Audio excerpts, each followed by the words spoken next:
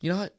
It's my birthday, like, at the time that this is going to be released. Yeah. Right? You know what I'm saying? I didn't even think about that. So I know, we should have, we should have had a little cake going. Should a little cake going, a little something, some like balloons. some poppers. We like got some LEDs, bro. You know what? It's cool. It's cool. LEDs for my birthday, it's LED. fine. But by the time you guys hear this, it's going to be my birthday. So birthday bitches. So make sure to give me a gift of, following the podcast, telling your friend about the podcast, and, just rocking with your boy.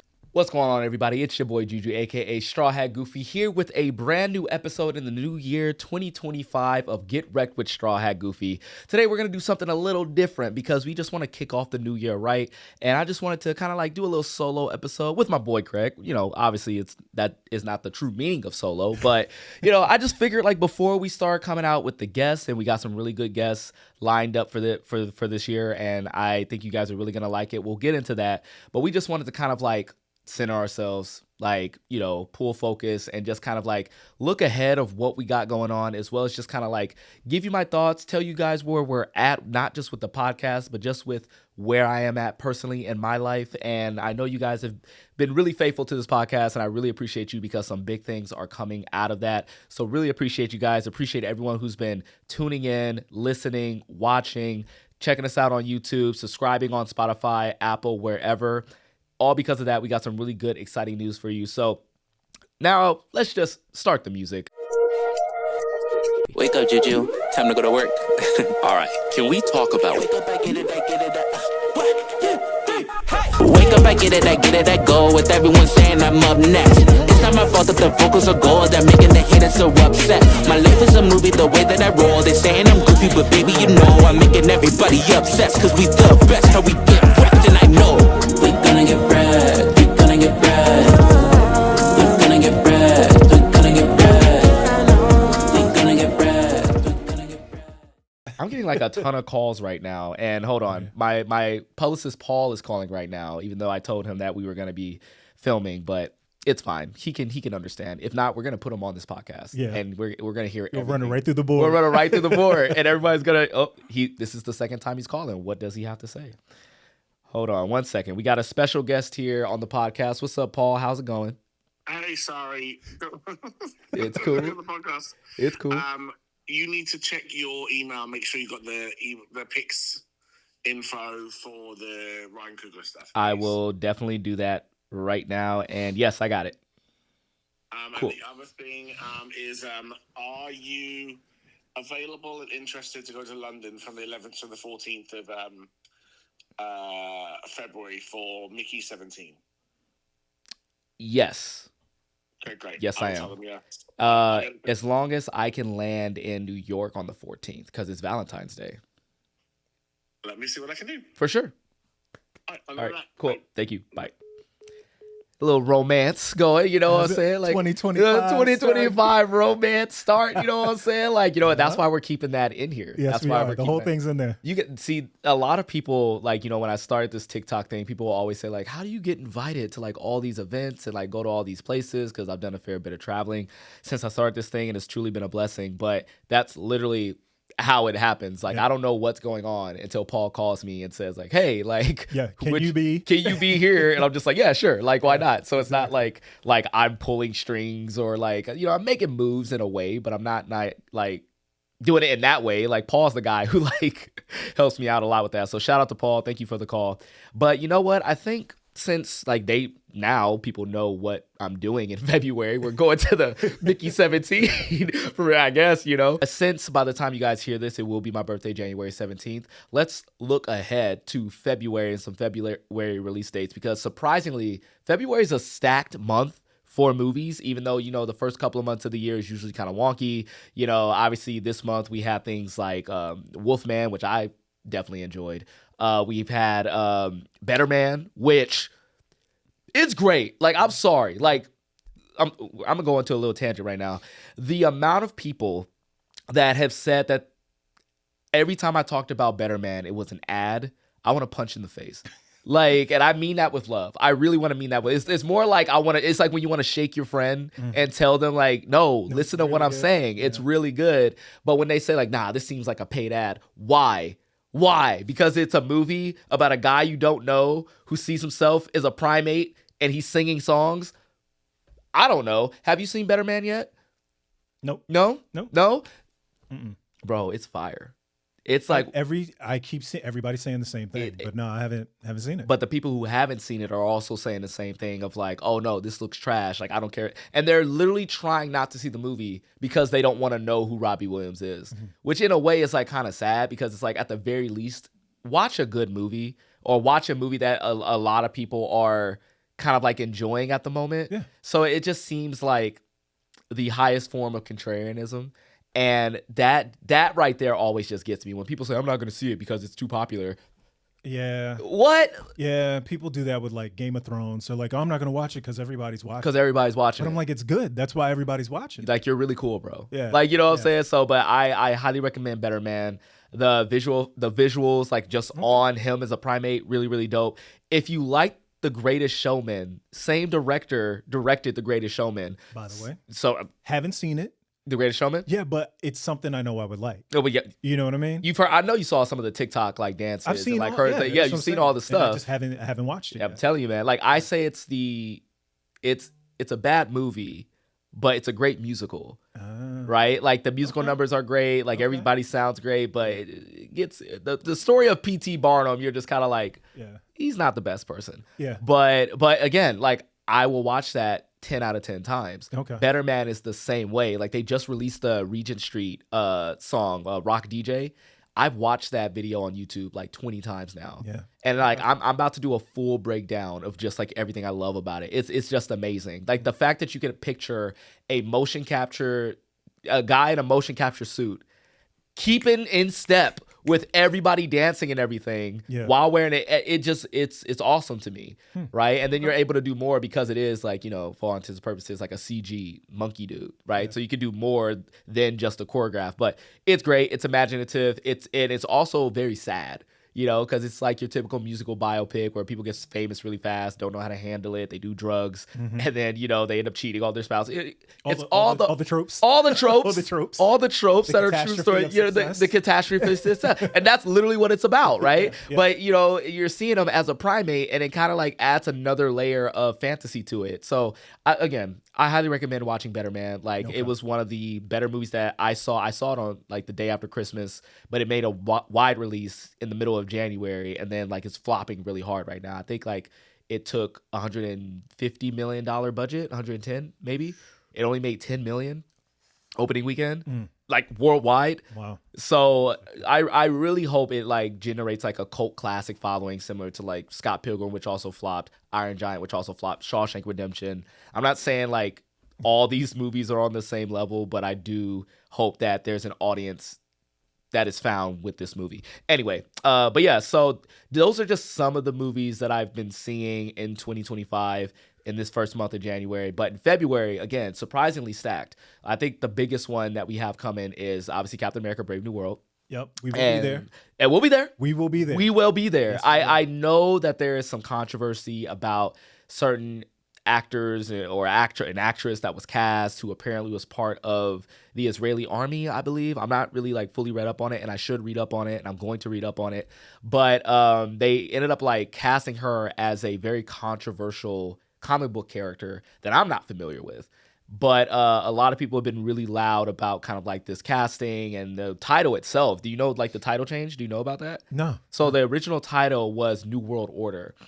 Oh yeah, that's right. You know, That's right. and Yes. there's like a bunch of things politically that New World Order, like it's tied to a bunch of like fucked up shit. Yeah. So they changed it to Brave New World, but you know, internet don't forget. So they're just kind of like, you're just trying to hide. And I think they like significantly reduced the role of the actress that they cast or whatever. Yeah. They're not even showing her a lot in the trailer. Well, I was going to say, know? I knew with the title change and then also the reshoots too. Mm-hmm. I'm assuming they needed to kind of piece the story back together a little Yeah, bit. there's a lot of reshoots. I heard. Yeah, Yeah, trying to figure that out. So you know, I mean, the story was already kind of a little too big to begin with, you know, because it's a Captain America story, and you already kind of introduced the new Captain America Sam Wilson with the TV series, so you already got the legwork on that.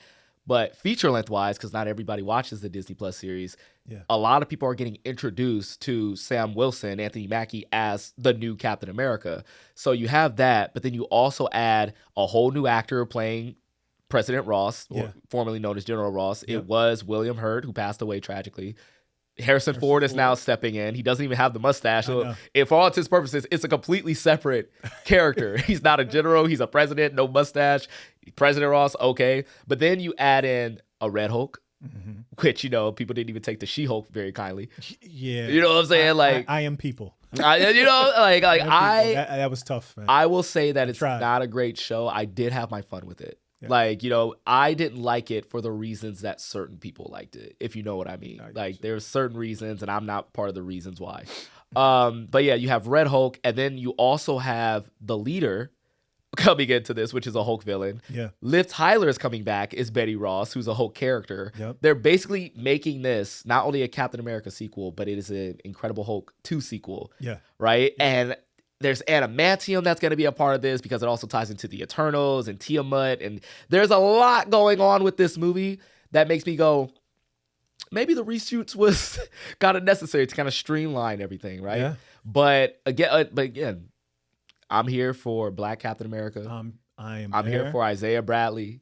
You know what I'm saying? And listen, I don't want to get too into this. I'll make separate TikToks about this or a whole YouTube video off of this. But I think it's very funny how a month after we have an orange guy sworn in to the presidency, that we're getting a movie about a Black symbol of America taking on an angry red president. That's not I'm not sure if that was on purpose. That's not lost on me.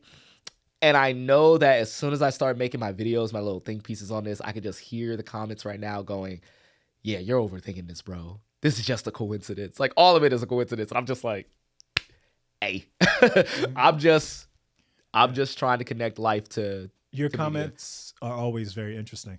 Yeah, no. Yeah. Very interesting. Yeah, and they're always it is, and it's always fun. I would love to get Drew on this because the only other person that I can see who's genuinely kind person, super well-meaning, and her content is just amazing. Drew will follow. Her comments are worse than mine, and it's how could it be when her job is literally to demean and knock the pegs down of clearly misogynistic men, homophobic men, whatever bad version of men you could think of. Her job is to take that down. How could you argue against that? And the amount of people who do, they're all up in that shit. Yeah. So and I'm just sitting here I'm just trying to talk about movies and relate my I'm life. just trying to talk about Red Hulk. I'm just trying to talk about Red Hulk, bro. I'm just trying to relate Red Hulk to Donald Trump, and people take it way too seriously. So I ran into Drew outside of a junket for one of them days. I was heading out, she was heading in, and it was right around the time where she said that she was taking a step back from social media, and a lot of her posts are going to be pre-recorded stuff, podcast stuff and things of that sort. And that's literally best decision that I think that is for her, for sure, especially for her mental health and everything. And we were talking about that, and we both had this look. We looked at each other and was like, yo, we be going through the shits. And this is, TikTok was the impending ban was happening. Yeah. And we were just kind of gave each other a high five. It's a good thing we got our respective shits going on because, shout out to TikTok for giving me almost everything that I could dream of. But, it's not really too kind to people of color in the comment section and things of that sort, So, it was really important for us to do that. But shout out to Drew Follow, man. She's amazing. But so Captain America, Brave New World. I'm pretty excited about it. I feel like this is going to be the linchpin of which one of the linchpins of which the MCU hangs. Because right now people are starting to fall out of favor of the MCU. I think that's kind of safe to say. Little fatigue. Little fatigue. Little fatigue. You know what I'm saying? Yeah. Names mid-CU. You know what I'm saying? No, I actually haven't heard that one. Hey, I might have made that one up. I think I might have made it up just now. But it feels like the sentiment that a lot of people are starting to have with it. And I find it very interesting because people forget that the MCU in Phase 1 wasn't all super hitters. I feel like we were hanging in there based off of the promise that the Avengers were coming, which hadn't been done before. Yeah. So, because, obviously Iron Man is a banger. First Avenger was fine. I think it's one of the more underrated ones, but it was fine. Incredible Hulk, cool. Like, I think it's underrated. Like, I love Edward Norton's version of the Hulk. A little bit too much of a CG fest for me, but I like the concept, a Hulk on the run, right? Like the fact that he has to keep calm and tense it. Good stuff in the movie, but again, it's cool. Thor, I think is awful. Like, I think the first Thor is awful. Shout out to Chris Hemsworth, but Dark World was that one, man. You know what I'm saying? Thor was in the gutter for a minute. Yeah, he was in the gutter for a minute. You know, and then Iron Man 2. Like, some people love Iron Man 2. I hate Iron Man 2. Like, you know what? I didn't realize how divisive Iron Man 2 was. Iron Man 2 is very divisive. Yeah. Very divisive with people. The homie I was telling you about, the one who thinks that Captain America is too political, he loves Iron Man 2, hates Iron Man 3. And so we routinely get into these arguments about it. But my point being is that phase 1 wasn't all hitters. We were just looking for those connective tissues, which, you know, is existed in films before. Right? Like Freddy and Jason has been doing it. Alien and Predator has been doing it. Even Jackie Brown in this old like Michael Keaton cop movie did it. Like this isn't unheard of, but this was like the first time where like we got the dream of superheroes coming together. And when we got it, it was awesome, right? Yeah. But, you know, we have since gotten things that are better. I feel like phase 3 was the thing that it was like hit after hit after hit, from Ragnarok to Civil War to even Ant-Man was like a happy surprise. You know what I'm saying? Infinity War, Black Panther, like it just felt like they could do no wrong. Excuse me. Yeah, there were some duds in there, like from time to time, like, you know, Captain Marvel. Okay, it is what it is. But I feel like people hold on to that phase 3 because it also ended with Endgame and like, you know, Spider-Man and, you know, it was a lot of great stuff. But now there's a reset. And since that reset is happening, we've kind of been in this kind of like, okay, we're trying to reset. The Jonathan Majors things happened. You know, other actors have like gotten to hot water, like Tony Huerta, and I believe even Evangeline Lilly straight up retired, even though she's the Wasp. So like, there's a lot of things that kind of like got in the way of the runway of them to get off to a good start. And so now, since like I think we've done away with the whole like multiversal thing, you know, we still got Doomsday and Secret Wars to look forward to, but I think now, since Fantastic Four is coming, X-Men 97 is a hit, so now the X-Men looks to be somewhat promising. You know, Captain America Brave New World is probably going to be one of those first things of the year, because we get 3 Marvel releases this year between this, Thunderbolts, and Fantastic Four. That's really going to say like, are we going to continue to put our stock into the MCU?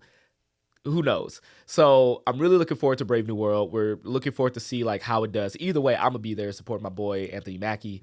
I don't know him personally, but if you want to know me personally, bro, like hit it up. Hop on the podcast. Also, Danny Ramirez, like, you know, friend of the show. You know what I'm saying? Like, he's going to be Joaquin Torres, new Falcon. So, you know, been talking to his people, so hopefully we can get him on the show before the movie releases. But, you know, definitely looking forward to that.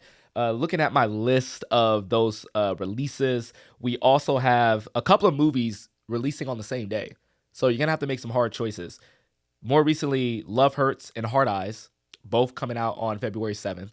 I did something really fun with Love Hurts. It's a movie starring Ki Hui Kwan. And he obviously, you know, won the Oscar for Everything Everywhere All at Once. It's a story about a guy who's like a real estate agent, but he used to be like this really badass hitman. He gets out the game and then they pull him back in. You know, same thing we've been seeing since Taken. But, you know, it's key. So he adds a level of I don't want to say like cuteness, but like a level of like, you know what I'm saying? Like he has this level of kind of like unexpected badass like martial artist, right? Yeah. Despite the fact that he's been like a stunts coordinator in Hollywood for like a couple of decades now. But this is his first starring role, which is like something that I'm really excited about. Yeah. And the trailer looks good. So good, man. It looks good. Yeah. You know what I'm saying? Like Ariana DeBose is in it. Like, you know what I'm saying? Like Marshawn Lynch is a henchman. When I saw, I was like, okay. Okay. Yeah. Like, I love how we both saw him, was like, yep. Like, yo, like this looks pretty cool. So like, you know, shout out to that movie. Like, I think that's a movie that I'm definitely gonna be like on the lookout for and like watching. I can't wait to like review it.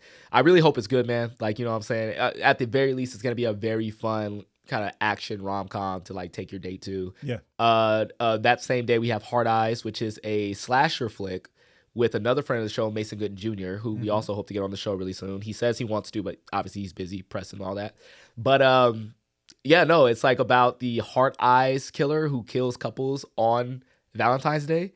And I saw the second trailer for that, and it has this like Scream quality to it, Okay. where it also has like Vintage comedy? Scream or I want to say reboot- like or reboot Scream. reboot Scream. Reboot Scream. You know how like, there's a killer on the loose, but like characters still find a way to joke and it doesn't feel out of place. It still feels kind of funny. Yeah, there's still some levity. There's still some in the levity midst of to all it. the chaos. Exactly. All right. So that's what this film is, right? Okay. Where like, people are like, don't get killed tonight or holiday. And they're just like, why Yeah. would you fucking say that? Like there was little scenes like that made me like really excited for it. Plus I'm really happy to see Mason Gooding Jr. like getting a like headlining role. Yeah. I believe he's been doing a lot of kind of like supporting characters. Obviously like in Scream, like is one of his biggest things. I saw him in this movie Fall, I think it was like 2 years ago.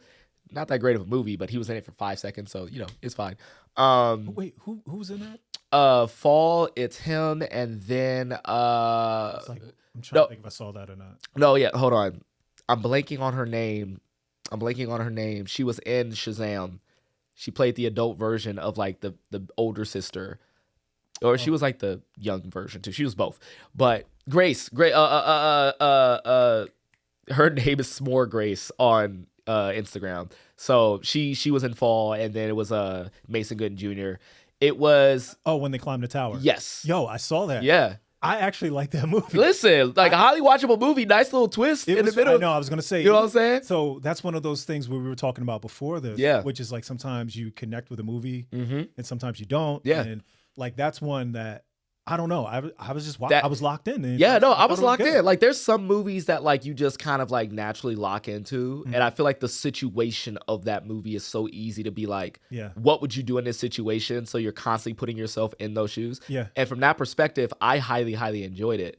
But I can't remember like after I watched it, I was just kind of like, huh. Like, it just Yeah. like from a movie making perspective, I was just kind of like, there's a lot of flaws here, Yeah. So, but I mean, I didn't really have beef with, but there was No, like, there's no there beef, is yeah. this there is this archetype of what a content creator is supposed to be. yeah, I felt like, yeah. I felt like somebody who doesn't know anything about content creators. You're wrote right. I didn't think about it that way. About a content creator. Yeah. Because you are thinking about risk. Mhm. I would say the Yep. 1% are the people that are out there being completely reckless. Yes. But most of you, the ones that I work with, Mhm. the campaigns that we work on, we're always thinking about risk. Yes. And it was just that this person was just like, whatever, we're just gonna go. We're just gonna go. We're just Didn't gonna- think about we're it. gonna Yeah, figure it out. we're gonna do it for the content. Yeah, we're gonna, we're gonna- but exactly. but We're gonna- again, they're trained too. So it's like, Yeah. it's like the worst version of it's like 127 hours. Like you're Yeah. trained to do these things. You do it all the time, Yeah, but in the worst possible situation. it's the worst possible circumstance situation. happens. Exactly. Yeah, so that's why I was like, I gave it a little bit of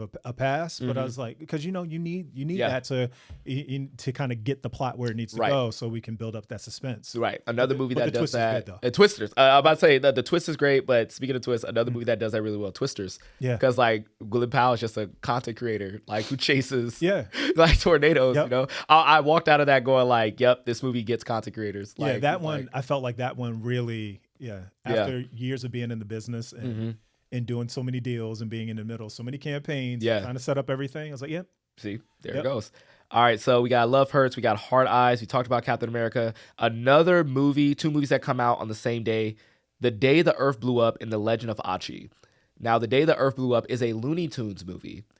And I think the last Looney Tunes movie that we got, and I'm excluding Space Jam 2, because fuck that.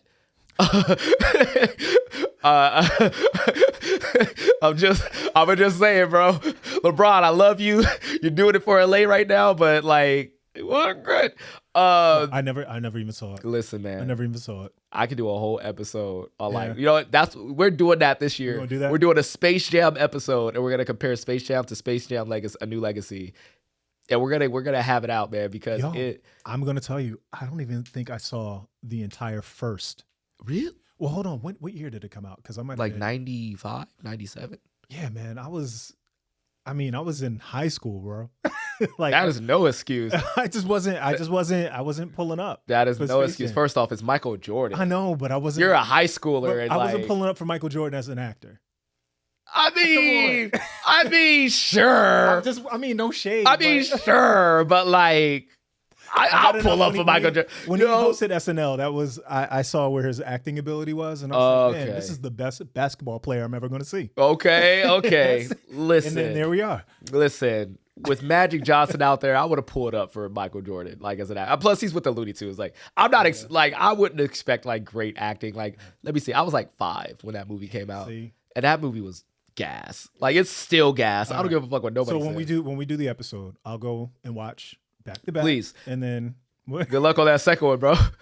Good luck on that second one. Like, again, love to Warner Brothers, but they were just like, let's just hype up our versus game that we got going. Like, just like our Super Smash Brothers. Yeah. Let's have Iron Giant show up. Let's have Pennywise. There's a scene where Pennywise is just off to the side of the court watching the basketball game. Pennywise? Pennywise is in the movie, bro. Okay. And it's not like I know they couldn't get Bill Skarsgård to like play Pennywise. I understand that. Yeah. But you can clearly tell it's like this Universal Studios like guy, or just like a cosplayer. Yeah. And he's just like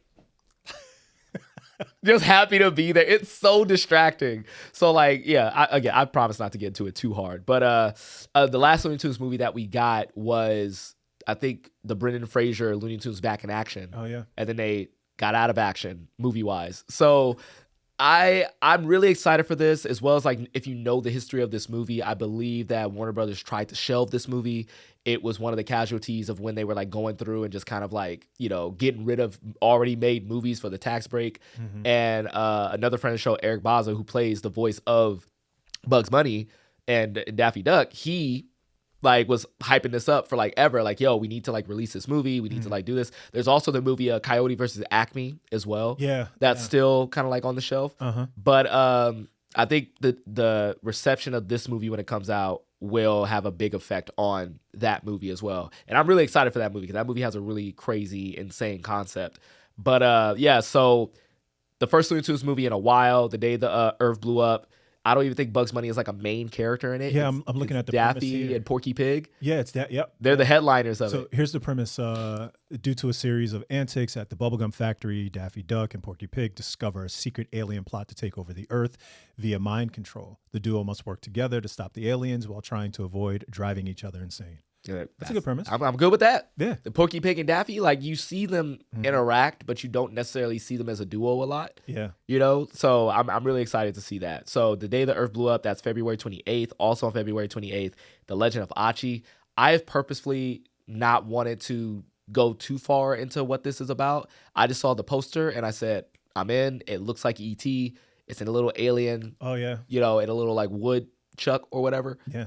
And I was like, cool. Like, A24 is doing it. It looks like an ET like type of thing. Bro, if it's A24. If it's A24, like, I'm already there. Yo, they don't miss, man. Yeah, it's either good or great. I can't think of like a really bad A24 movie. I could probably think of like a few, but like nothing that comes to mind right now because the catalog of great is so great. You know what I'm saying? So like I could probably think of like one or two where I felt betrayed. I was like, y'all just made y'all made this? Like, y'all just, what the hell? Like, y'all just out here making movies. Like, okay. No, I'm really thinking of something that was like bad. I didn't see it, but I heard the reception of Beau is Afraid with Joaquin Phoenix. You know, so yes, I heard it was poorly received. Yeah. But I heard, well, I'm sorry, I should say it this way. Do it Rotten Tomatoes way. Okay. Where I thought critically it was received well. Okay. But audiences weren't really digging it. I'll check that. You know what? I can give you one right now. Y2K. Oh shit, I didn't watch it. Yeah, Y2K wasn't. Yeah. You know, and again, another friend of the show, Julian Dennison, man, like best part of the movie. And I'm not saying that because he's a friend of the show. Like he brings like this level of charisma, like hilarity to it. And then like, hey, listen, spoiler alert, you can fast forward to the next 5 seconds. The nigga dies. Like, motherfucker dies.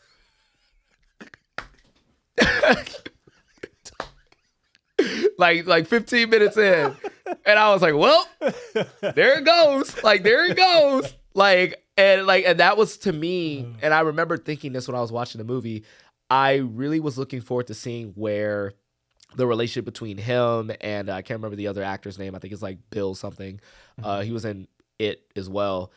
I remember really looking forward to seeing like where that relationship was going to go because it reminded me a lot of the Superbad relationship. Okay. And, you know, the movie does take a lot from Superbad, especially in that first act.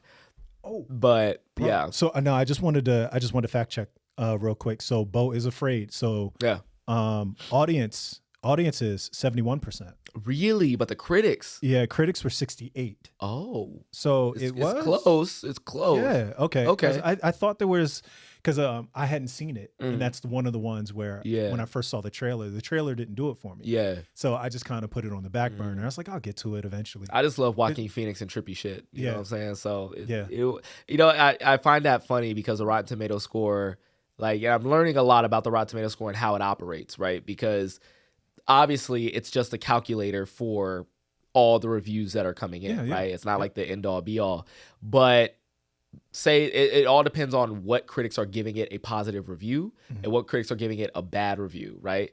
That 70 to 60% means that like the spectrum of good reviews and bad reviews are kind of all over the place.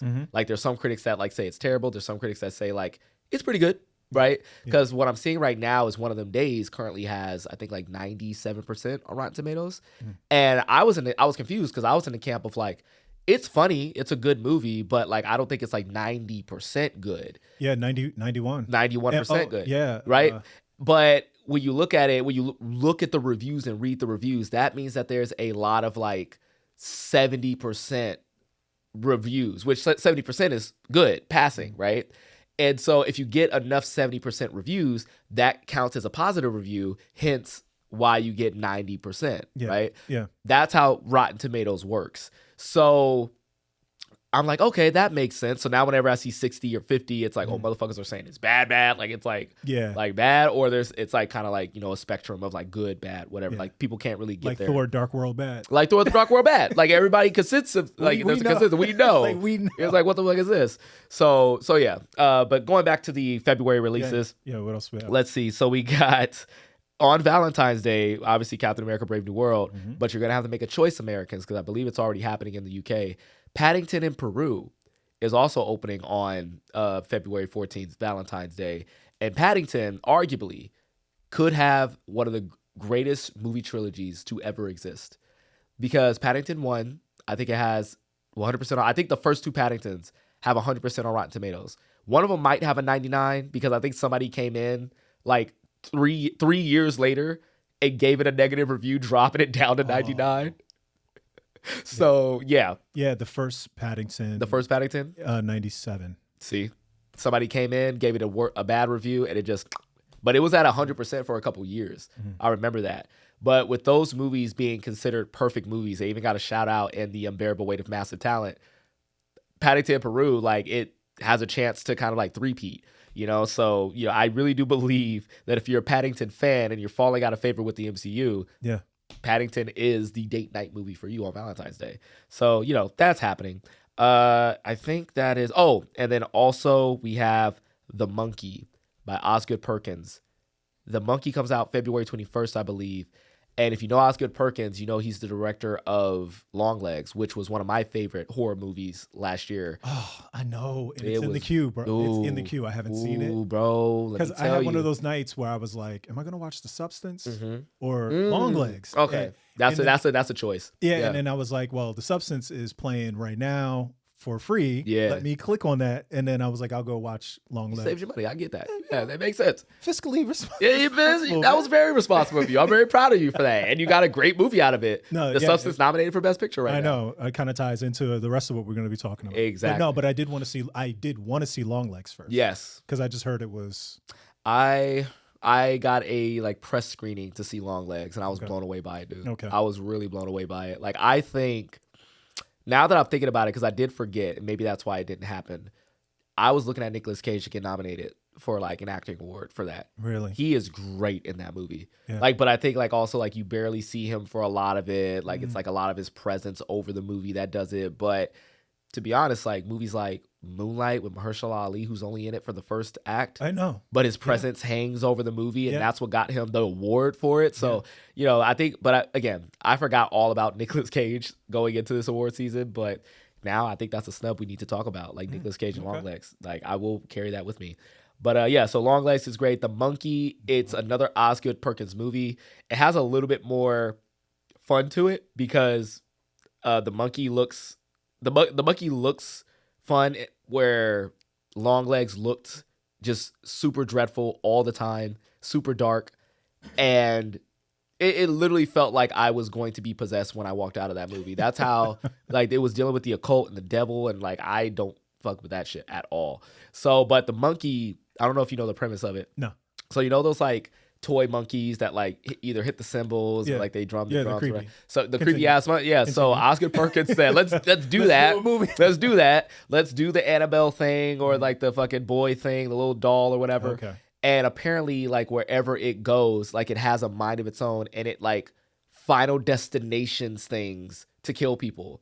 Right. So like the opening of the trailer is a guy in this house to pick up something. And the woman opens the door where the monkey is sitting on like the shelf in the closet. And as soon as she opens the door, the guy immediately says, "Oh shit, no!"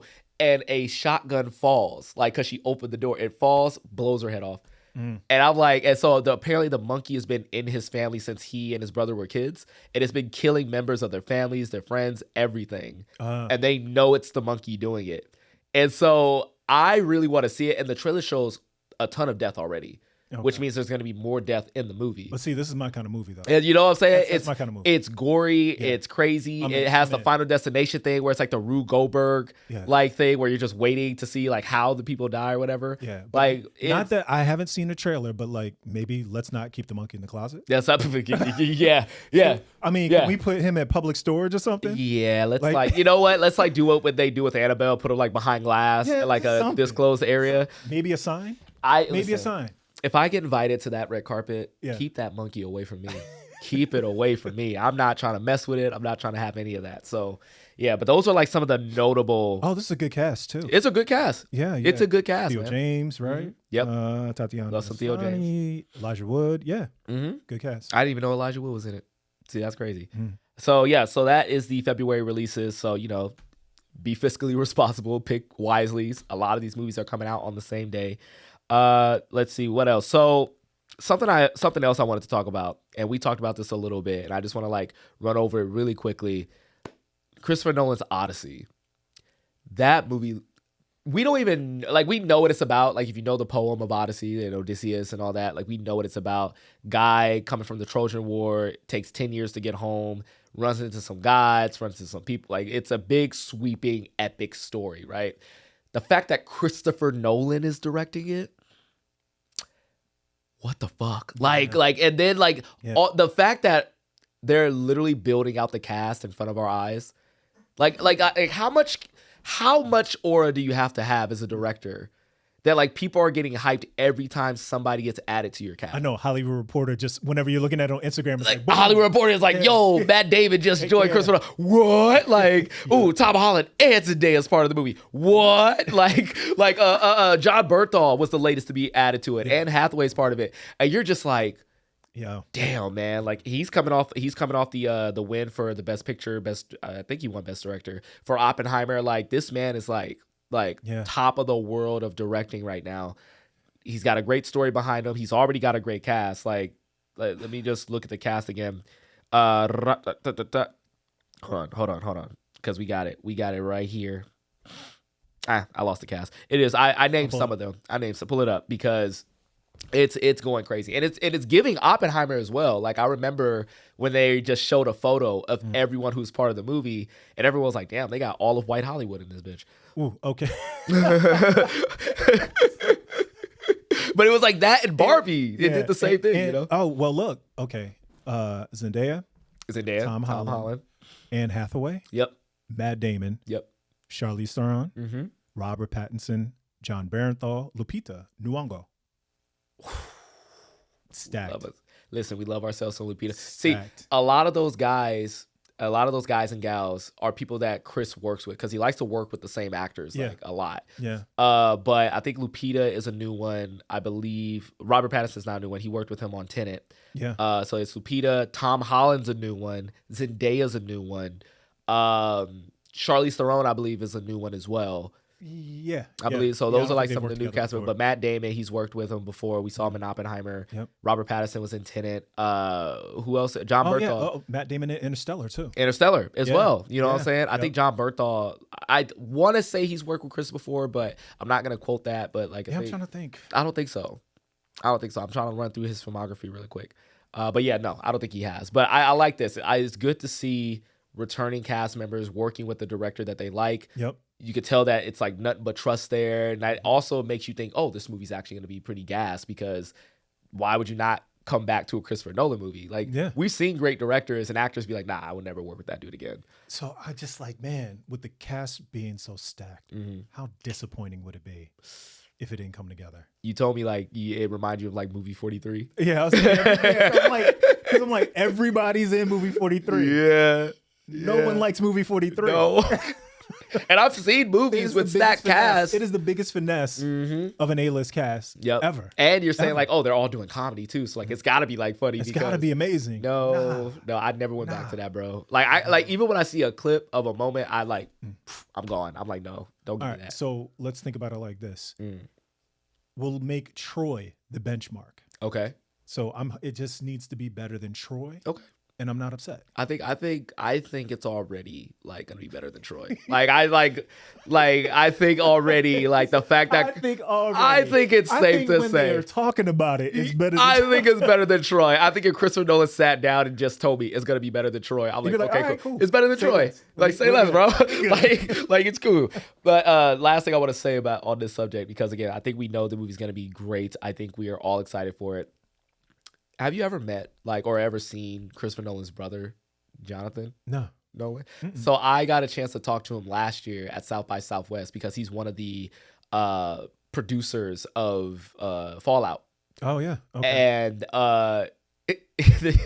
the difference between him and Christopher Nolan is so different. Really? Bro, Christopher Nolan, he just got knighted. So now he's Sir Christopher Nolan, right? Yep. And he, you talk to him and you see him, he's very... Yes, I'm Sir Christopher Nolan. Apparently, he was like a military man, and so like he stands up with the straight back, he has real good posture. Yeah, real good posture. Like, yes, I'm making a motion picture. And then you have Jonathan, who like when you get to know him, he wants you to call him Jonah. Most Americanized dude. Like he looks like I'm looking at him right now. He looks like your best buddy that you went to have beers with, like in high school. And he's so chill, and he's just kind of like, yeah, man, like Fallout's pretty dope. Like I play Fallout a lot. Like And I'm just like, you and your bro are so different. Yeah. And I was talking to him about Christopher Nolan because this was around the time. It was like literally, I think either the day before or the day after the Oscars. It was the day before because I was like, hey, your brother's nominated for like Best Picture. Like, how's it like going? And it's like kind of like offline. And he's just kind of like, yeah, man, it's like really, really cool. Like, it was a fucking great movie. So proud of him. And I'm just like, you don't look like brothers, bro. Like you don't look like focusing on the wrong I'm shit. focusing on I'm just like, because he has long hair, he's bearded, he has his hands in his pocket the whole time, and Christopher Nolan's just like, I'm Sir. Like, bro, I didn't even think about this. How do you, as Jonathan Nolan, right? How do you feel about your brother now having like the Sir title? Yeah, like you know what I'm saying? Like obviously he's probably most likely proud. But like, if my brother is now a Sir, you know what I'm saying? I'll be like, damn, what do I got to do to get a Sir? Yeah. You know what I'm saying?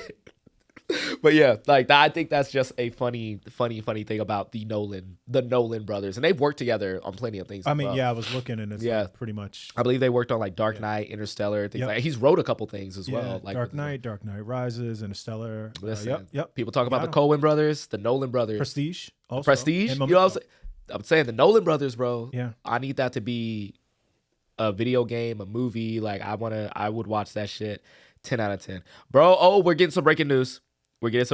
So we got the first logo for Scary Movie 6. Okay. We got the first logo for Scary Movie 6. And if you see any of the Scary Movies, they look the same as Scary Movie 1, 2, 3, 4, 5. I believe like 4 was embedded in the title at some point. I think it was in the A or something. Mm-hmm. But we have a release date too for Scary Movie 6. Oh, okay. It comes out next year, June 12th. So, okay. Yeah. I don't know. The theory head in me is looking at this, and it seems like a code. It seems like because it's 6, 12, 6 times 2 is 12, 26. Right? Like there's a lot of 6 in there, but not quite, Mm-hmm. And it says a scary date. So I know it's just Scary Movie. I know this, but I'm looking at this and I'm just kind of like, there's more going on here that they're not telling us. A scary date, 6, 12, 26. Anyway. Okay. Let's talk. What do you think, man? Because like with this movie, the Wayans brothers are coming. I know back. they're back. They're back, right? And I'm looking. Listen. I pull up. Yeah, no, pull up. I pull up for the culture. Anything Wayans, bro, pull up. The culture. Anything. Listen. Yes. That's what we do. The Wayans has made some great things. Mhm. The Wayans have made some terrible things. Yep. I pull up for every single one of those fucking things. They will get my money. I will give them my money, bro. That is Hollywood royalty, Mhm. bar none, They hands have down. done so much Mhm. for the culture and entertainment. Oh, absolutely. So they get unwavering support. Yes, Unwavering support. 100%. And so like I think that was like the first instance from Scary Movie 2 to Scary Movie 3 where I noticed a drop off because of the talent behind camera. Mhm. Because, I knew that they were heavily involved in Scary Movie 1 and 2, but I remember watching Scary Movie 3 and like none of the Wayans were even acting in it, Yeah. let alone writing it. Yeah. And I was like, Yeah. You just this know. don't feel the same. It Yeah. does, like the jokes don't feel the same. It doesn't hit. Mhm. Like I still get a little enjoyment out of Scary Movie 3 because it happened during the time when me and my best friend at the time were just kind of obsessed with comedies and we would just like watch it like whatever. Yeah. But it was very clear that Scary Movie 1 and 2 was like comedic gold, right? And I think they made 5, and then Ashley Tisdale like was in the 5th one because Anna Faris didn't want to come back, I didn't even. and so I jumped out. listen, I jumped out. I didn't even see 5. I saw 4. And that's when I jumped out. Like I had no choice but to jump out of 4 because it wasn't even at a point scary movie anymore. It was like disaster movies because the main thing in that scary movie, well, because you know how like the first scary movie is like Scream, the second scary movie is Haunted House, Yep. and then or a Haunting. Yeah, I think it was called The Haunting. It was The Haunting, Mhm. and then the third scary movie was Signs. Fourth scary movie was Saw, Mhm. and then no. The fourth scary movie, it wasn't Saw. They had Saw in the opening scene with Shaq and Dr. Phil. The fourth scary movie was War of the Worlds for some reason. That was the main thing. Oh, that was the premise. And then King Kong was part of it at one point. Like there was a Yeah. 8 Mile reference in it. Like it was like it started to get away from what it was built off of. Yeah. So 5, I think it was like a commentary on the found footage horror movies because Paranormal Activity was coming out and like Blair Witch was coming out as well. Mhm. But I'm very curious to see what they do with Scary Movie 6 because, the state of horror right now, it's very much like elevated horror. We got Hereditary, we got, what's that one? My favorite one, It Follows, Mhm. Midsommar, Conjuring, like it's different ways to do horror now. Yeah. And it's a lot more thinking horror, you know what I'm saying? Like Yeah. Insidious, like I wouldn't say Insidious is the thing. Well, Sinister, Sinister was. Sinister, right? Yeah. And so even long legs, right? So like shit, I'm just gonna name a bunch of horror movies as well. Like Talk to Me, like shit like that. Yo, I loved. Talk to Me is the shit, Saw and they're it in doing the a second theater, one. bro. They're Loved doing it. this. Yep, Loved I cannot wait for the second one. Mhm. Shout out to those guys. Yeah. The Philippa brothers, I believe is their name. But I'm curious to see how the Wayans tackles this state of horror, what the main thing is going to be. Also, who's coming back? Like Regina Hall She has. gotta come back. She has to. She stuck around she hung in there for a minute. Yeah. I don't know if she was in 5, but she definitely was in 4. Let's see. I know she was in 4 for a fact. But she hung around there, bro. But she has to come back for 6. Yeah. Let's see if she's. I need to know. Because it popped up 6. Let's see. I need to know. Not confirmed. Mm. She said that she expressed excitement, but not confirmed. Okay. Well, they haven't started casting yet. So, I mean, I would even take Anna Faris back. Like, I would take Anna Faris back. I just want to get as close to OG Scary Movie as possible. Because even like from Scary Movie, it was like an anthology in a way. Like, it was like an anthology, but it was still connected because they still acknowledged what happened in the first one. Yeah. But like, Cindy dies in the first Scary Movie. She gets hit by a car, like comedically though. But like Sean Wayans dies in the movie. Marlon Wayans dies in it as well. Like a lot of people die. Oh, no, the fucking Regina Hall dies in the first movie. Yeah. She gets stabbed in the movie theater, like Jada Pinkett Smith, right? Yeah. But they brought all those characters back because it's a comedy. So I want to see Ray Ray come back, and like I don't know if you could do his character the same way again because he was like he wasn't gay, but he was a very like for the time comedically gay straight character. Yeah. Right? Like in all his jokes, while hilarious, like tucking in his thing, like, yo, tucked in or out, like, Yeah. funny shit, like, but can you pull that off today? Yeah, it was of the time. It was of the time. Yeah. And it's like, can you bring a character like that back? I don't think so. Maybe they can make a joke about it and say, hey, like, Yeah. I don't do that no more. You know what I'm saying? Like, I don't know. Like, who knows? Fucking Shorty is a character of the time because he was the weed head, and now weed is like so widely accepted now. Yeah. You know, so like, Yeah. are they coming back as actors? I don't know. The fact that I'm having so many questions about Scary Movie 6, Yeah. it's a good thing. It's a good thing. So yeah, so Scary Movie 6 comes out on June 12th, 2026. Still a suspicious date, my friend. But we're gonna it's a suspicious date, man. I'm gonna take the tagline at its word and say, oh, it's a scary date. All right. Last thing I want to talk about, and again, we could breeze over this really quickly. Universal Monsters, right? Like, we just got off of Wolfman, done by Lee Winnell, who also directed The Invisible Man, also Universal Monster. Wolfman is getting so reviews. I personally really liked it. Yeah. Like, I know you said you enjoyed it. I found like legitimately. I legitimately enjoyed it. And you like, supported the campaign. yes, I supported the campaign. Legitimately enjoyed the movie because what I'm finding out about myself is that I am a emotional movie watcher. Like, I look at things from a analytical lens as well, and I look for those things, like, no doubt. But I feel like what I hold in my movie watching experience, like, above all, is how does it hit me emotionally? Yeah. And if it hits me emotionally, then that kind of like does more for me than it may for most people. It's a big reason why I'm one of the few people on the planet that like the Flash movie, because I feel like the emotional highs of that movie Hold on. outweighs Hold on. the. You like the I'm trying to explain why. I'm trying to explain Hold on, let why. me clear this. Come, I get it. No, I get it. I get it, right? Like, but here's the thing. I acknowledge every criticism. They're the same criticisms that I have in the movie. Yeah. Right? Like, There are movies that you and I disagree on. Yeah. But you are always good about articulating why you like something. Exactly. Yeah. And I find that I'm good at articulating why I don't like something. Yeah. And that's fair. That's why it works. So that's why, yeah. Yeah. So I want to hear why there were moments that I liked in The Flash. Okay. Moments. Yeah. There's moments.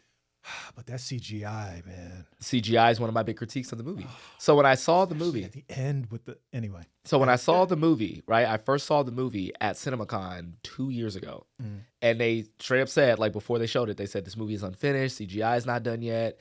It's like, so you're gonna see some things that like don't necessarily like either work or Yeah. Just know that like this is not the full movie, right? Right. So I kept that in mind when I watched the movie, and I walked out again feeling the emotional highs, like, yo, and again, I didn't spoil it. I didn't like even give a review of it. I just said like, oh, great score, emotional highs, and I think I said something along the lines of like, I don't remember what I said, but like, I will pull up the TikTok and we'll talk about it. But like, I literally am on record saying like, oh, just given this surface level, like, it delivers, like, you know, it delivers the shit that I wanted from The Flash, like it is. Okay. People thought that like I was like, it delivers the best DC movie like ever. And in all fairness, everybody, including like Tom Cruise and shit, was coming out saying this movie was like the shit. So like, you know, I'll take that, lump my shit in with everybody else. But I was like, I think it delivered what I needed, and I need emotion. And so my criticisms of the movie, obviously like the CG, like the other Barry is annoying as shit. So annoying as fuck. annoying. I could not stand that. I kind of got But what was supposed to happen. That's which what is goes evoking into that emotion. But that's what goes I get into my thing is like, I like the back door of not doing an origin story by having an already experienced hero mentor his younger self. Yeah. I liked that element. His younger self was just really fucking annoying. Yeah. Right? And I think the biggest thing for me was the thought of a character who loves his mother so much and has so much like regret and like grief over that, that he will go back in time to fuck the world in order to save his mother, right? I dig that emotional tie. So when that scene pops up where he like sees her for the last time and he says, don't forget the tomatoes, and like he's having that conversation with her, that shit sticks with me. Like that's the type of shit that gets me. And that is where you and I agree. That in particular, that hits for me because I lost my mom. Yeah. Right? Yeah. So I think about that, and that was probably my favorite Yeah. part of the entire Yeah. movie. And Just that gets me. connection and Mhm. being able to see your mother again. Mhm. And yeah, Yeah. I get But that. like I didn't really particularly care for Sasha Cal's Supergirl. I felt like she was very one note. I felt like she was very like and I hate to say this is like this is a bad thing, Mhm. but I felt like she used brooding as like a crutch. I will say I You will know? agree with you. I felt like the character was brooding. Yeah. I didn't mind her though. I really couldn't I get didn't mind why I would say this. She did not leave an impression on me. So was it her or the way they used her? It was a little bit of both. It was a little bit of both. Her It performance. was a little bit of both. It was a little bit of both. Like because like I've watched the Flashpoint Paradox. It's one of my favorite like comic book stories like ever. Yeah. But so I get the story of like, oh yeah, she was locked up and like she doesn't know how to interact and all this type of stuff. No, she knows how to interact. Like she's just very like Yeah. like she's very just like always like this. Emo. Like, you know. Straight emo. Just straight emo, Yeah. like and like to be honest, like that's how the actress is. She's very like super cool, like super this, super that. So like it was hard to separate the actress from the performance. It just felt like she didn't necessarily try.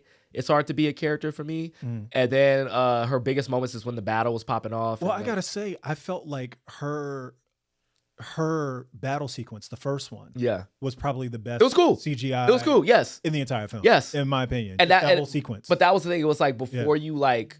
It was like her introduction, right? Yeah. She comes out, she's fucking up all these guys and all the. I was like that, And it's I thought cool. It was clean. And that's clean. It's thought cool. it was clean. But then after that, she just kind of shows up and she just saw it's like, yeah, like I guess we're on the same team. Sure. Like, whatever. And then when she's in the fight, she's just like, Zod, I'm gonna get you. And then Zod caps her. And it's like, Yeah. she has like she just didn't leave an impression on me. Michael Keaton is Batman. I'm gonna just say this. I love Batman. I love Michael Keaton. I think I know what you're about to say. In this movie, Mhm. you didn't need it. You didn't need him. I felt like, again, Flashpoint Paradox, Batman is in that story. I get Yeah, it, all yeah, that stuff. Mhm. But there was just something about the Michael Keaton version where I was like, it was a stunt. Well, it was nostalgia. It felt like nostalgia. They were yeah. they It felt did like for nostalgia, you know, because you had Ben Affleck right there. Yeah. You had him. He was in the movie, Yeah. but they just did it. And I was just kind of like, either you do this in a way where, like Spider-Man No Way Home did it, where the Very experiences, tastefully done, funny. very tastefully done. The way it was just You very know, tastefully like you done. had the experience of each Yeah. of these different Spider-Man. You got where they were coming from because you Yep. saw their movies. Yep. You understood the different ideologies while also experiencing what makes them the same in that. And it all informs the plot. Yeah. It all informs what like Peter's coming of age trilogy, Mhm. right? Michael Keaton didn't have that. Like he might as well have been a different Michael Keaton Batman, just dressed in the same suit. Yeah. If that makes I feel sense. you. And I it feel didn't really do much for me, right? Yeah. Plus neither. I'm not a big fan of like the no neck, like having Batman, like I wasn't a fan of that, right? Yeah. So watching him just kind of be like fighting this Kryptonian, I'm like, okay, he can't even move. But yeah, so again, I have my criticisms and they match again with a lot of the other criticisms, but it's the emotional highs of the Flash story and the Flash character that like Yeah. made me say, okay, cool. I forgot where I was even going with this. We got on the Flash. I know. I had to. Hold up. I forgot where we were even going with this. Hold up. The Universal movies. Yeah, we're talking the Universal. Universal movies. Yes, So yes. yeah, so like Lee Winnell did Invisible Man, did Wolfman. It's funny we have to make I it all love. over. I love it. I love Invisible Man. You know what I'm saying? And again, a Wolfman emotional high is what I was saying. Okay. You know what I'm saying? Wolfman was an emotional like high for me. Okay. I feel like emotionally that movie does really well. And again, I do have my criticisms of like maybe it could have been a little bit more stripped down, like from like a technical standpoint with like the Wolf Vision. Like I saw an early version of the Wolf Vision when I went to New Zealand to see them make the movie. Yeah. And that version I liked a lot better because it was like it was quite literally they just turned up the exposure of what he was seeing. So it was like where you see in the dark, to him it's like he's just seeing in the day. And I like that. Instead they added like these like fluorescent, like almost LED lights. Yeah. Characters had like glowing things. And I'm just like, why would a wolf see that? Like, you know what I'm saying? Like, or why would like somebody who's sick see the world that way? Yeah. It just kind of added like an element to this movie that otherwise it's like a bottled episode. It's like set in one location. Like, you know, you could have just had like one family going up against like the guy that like brought them there. Yeah. But again, emotional highs. Like I like what the movie had to say about like sickness and like how we pass down sickness from like our family members to our kids, and I like that. Yeah. So emotional highs. But Robert Eggers, who is coming off Nosferatu, just signed on for 2 movies. I saw. 2 movies. I saw. A Wolfman movie of his own, Yep. which I'm stoked for. Yeah, werewolf. Werewolf. Yeah. What are you? Yeah. What are you? So you know it's gonna be different. good. You know what I'm saying? It's gonna be different. Like, let's go, Robert. And then he's doing a Labyrinth sequel. Like, Yeah. I didn't even think like we were thinking about doing a series on Netflix, maybe, but like a movie by Robert Eggers, Labyrinth. Yeah. And it's funny you say that because depending on how it performs, it'll probably end up being a series on Netflix. Most likely, Right. yeah, most likely. You could see that branching off just like Doom Like the did, Matt Reeves Batman like everybody- yeah. series, you know Yeah, what I'm saying? exactly. So I could see that happening. yeah, So definitely. super excited for Robert Eggers doing both of those movies. Like a Yeah. Universal Monsters. I don't think it's gonna be part of Universal. I'm not sure, but it's of its own thing because I believe they're public domain. I believe, but doing that and then doing Labyrinth. Like Labyrinth is fucking dope as shit. Can't wait to see what they do with that. But then also, I believe. Let's go to the guy who directed Pan's Labyrinth, Guillermo del Toro. He's doing One of a my favorite Frankenstein's movie. directors. He's great. One of my favorite. Incredible. directors. One of the best directors working today. Yep. One of the best creature directors working today. He's doing Frankenstein, Oh, which I'm like, yeah. let's look. And it's so funny because they keep revisiting the IP because Maggie Gyllenhaal has Yep. The Bride coming out. Yep. you know, Christian Bale and Yep. the thing. And Yep. I was like, man, Yep. Also, James Wan is directing Creature of the Black Lagoon. yeah, I saw that. And like, Yeah. I feel like it's about time because we've gotten Black Lagoon like creatures very sparsely in Yeah. Hollywood. Tangentially. You know, like Hellboy. There's a version There's of that. one. Yeah. And then Guillermo del Toro won an Oscar for One Shape of Water. Yep. Which fantastic fucking movie. You know- It's weird as fuck, but Never it's saw fantastic. it. It's weird as fuck. Yeah, one of my favorite directors. Never saw it. If you ever I just wanna- didn't think it was for me. Yeah, I get it. I get You it. know, I just Yeah. I listen. If you ever were like, curious about a but woman will I- fucking a fish person, Okay. No, that's good to know. yeah, and then it somehow makes sense. Like you're like, I just kept thinking, I was like, I'm just gonna watch Blade 2 again. good choice, good I'm choice, just gonna watch Blade 2. good choice. Yeah. I think Shape of Water is like a picture. It's like you know you have movies, you have films, and then you have a picture. That was a picture. That was Okay. a picture. that was a whole picture. But yeah, he's doing Frankenstein, and James Wan is doing Creature of the Black Lagoon, and I feel like this will appropriately introduce Creature of the Black Lagoon because I think people only know that character from like T-shirts and like animated shit. Like you hear about it, but like I grew up not knowing the horror of the Creature of the Black Lagoon because I'm like, oh, just don't go in the lagoon. Yeah. You know what I'm saying? Like Yeah. problem solved. It's telling you where he's at. Yeah, So you know, don't be there. Don't be there. Just like be somewhere else besides easy. the Like lagoon. he can't survive without water. Like I don't know anything about the Creature of the Black Lagoon other than he's a creature and a lagoon that is black. Yeah. Right. So like I feel like this will be finally a modern introduction to that character. Yeah. You know, he's one of the classic ones too, and Yeah. it's surprising that we just don't get a remake like every 10 years or so. Yeah, but I mean, but some of them have been difficult. Like they did the Blob. I don't know if you remember. Yeah. They did the what was it, 40s, 50s version, Yeah. and then they did the. the Blob is a hard thing to like dude. Like back then you could do anything. Yeah, Like, it was you like, really- oh, you literally. the 50-foot woman. Like, you know what I'm saying? Like But the Blob always had me cracking up because it's like we're gonna make this jelly real active. we gonna make this jelly real active. Cardio obesity high. Yo, I'm gonna say, listen. I'm gonna watch my girlfriend walk away, and I'm gonna say, "Girl, that jelly real active." You just added something to my own like fucking phrases, bro. We gonna make this jelly real active.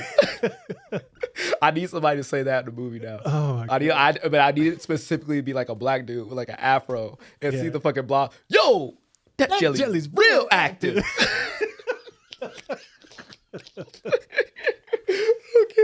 Okay. All right. Oh my god. My gosh. But yeah, like, you know, I can't even see that working in the modern day now, man. Like a Blob like movie. Like, unless it's an X-Men character, I don't want to see it. I know. You know? Oh, I was Yeah. gonna say, we should probably talk about some of the new things coming to the pod. Yes, sir. I was just about to get into it. for Absolutely. 2025. So, guys, obviously, like before the year was out, the pod made a big, I don't want to say big acquisition. I feel like we've been acquiesced in this. I feel like we were I was going to say we acquired, but no, we didn't acquire shit. They acquired us. But we are now signed by CAA. We are a CAA signed podcast, which means better guests, better production value, more trust, because I can just tell people like, oh, you're signed by CA, and they go, oh, wow, you're a big deal. So it feels good. Thank you so much for getting us here, guys. It's because of you that we were able to get these awesome guests, have awesome shows, and just keep the whole thing going. And with that, this new season, because like, this is dropping on the birthday, which, dude, a year ago, we dropped the podcast on my birthday. Yeah. So like, it feels appropriate to drop this episode same time. Yeah. So I think that first episode was Daniel Kaluuya and Kano Robinson. Yep. Jesus fucking I know. Christ. You came out. God damn, we popped out. We popped out and showed niggas. Like in a big way. God damn. My God. You know what? That's a wish list, man. That's Kendrick Lamar is a wish list, like, on this podcast for real. Like, we got to do that shit. Like, we got to. He has the fucking Super Bowl performance happening. He has the Matt Stone and Trey Parker movie happening. So like we gotta press Paul on that one. No, I'm gonna press Paul. I'm pressing Parent. I'm pressing everybody. Everybody. Like I'm going to his concert in May. So I'm gonna I'm roll up like, hey man, you wanna help a little Compton movie guy? You like podcasts? You like podcasts? You like podcasts? You want a couple dudes who went to the Tams on Rosecrest? You want a couple guys? Shout out to Tams. Shout out to the Tams, bro. Shout out to Tams. Shit, that Tams on fucking Alondra, man. There was a Tams. No, there was a Louisiana fried chicken on Alondra. There wasn't a Tams there, but there was also that 7-Eleven right there. Ooh, I'm telling you, bro. Anyway, from Alondra down to Central, better not speak on Serena. That's the streets I grew up, man. That was a shit. We got to talk about that. Like, we really got to talk about that. But yeah, but speaking of like guests, we have like a bunch of like interesting and awesome guests coming onto the pod. We have Ryan Coogler. After like a year of the pod, I feel like I've been holding my craft just preparing for this man. Ryan Coogler's coming on the pod to talk about his movie Sinners. We're looking at Mason Gooding Jr. We're looking at Hudson, who's the voice of Spider-Man in the new Neighborhood Spider-Man. He said yes to the pod. And just a bunch of movies that are coming out. Daniel Ramirez is looking to make an appearance. We're going to have a phone line where you guys can call in and you can ask us questions, or you can just kind of like talk to us about your opinions on movies. So this will be a more interactive pod than it was before. Dude, we're going to get a new setup. You know what I'm saying? New little setup. I know we love it. New studio. New studio, bro. New studio. Like, new studio's happening. Gonna get a neon sign in the background. It's all happening. It's all happening right here on Get Right with Stride Goofy. We're gonna be on Substack as well. So like a new like kind of like digital home for the podcast, which means more discoverability, which means like, more like sponsorship, stuff like that. It's gonna be fucking big. And what I need you guys to do is just keep watching, keep interacting, keep commenting, keep liking, keep sharing. And, just for my birthday, like, it's my birthday. Like, I would really greatly appreciate that. So, again, thank you guys so much for tuning in to another season of Get Wrecked with Straw Hat Goofy. We'll be coming with more episodes as well. Like, try to do, like, one or two a week, more frequent, like, episodes, you know what I'm saying? Consistent. More consistency is the biggest one, you know what I'm saying? Like, I wrote a calendar. Yeah. I wrote like a guest list in the calendar, like, your boy being responsible. Yep. So I'm really proud of me, bro. Like that was like the first time I was like putting into work. Like, you know what I'm saying? So I feel really good. But shout out to Craig, man. Like, he's like one of the best like friends, managers, producers that you could have. He put this together himself. Like, he was working on this himself. And now we have a Craig cam. Yeah. Like, you know what I'm saying? So we can just throw it to you. It's not even on right now, is it? I think it went out. It might be off right now, but it went out in the middle of it. But for the first 10 minutes of the podcast, we were hot. We were doing We're going to throw it back to you like the whole 10 minutes. This is your podcast. But thank you so much, guys, for watching or listening. Make sure, again, you hit that like, share, follow, comment, and we will see you next time when we talk about the next movie.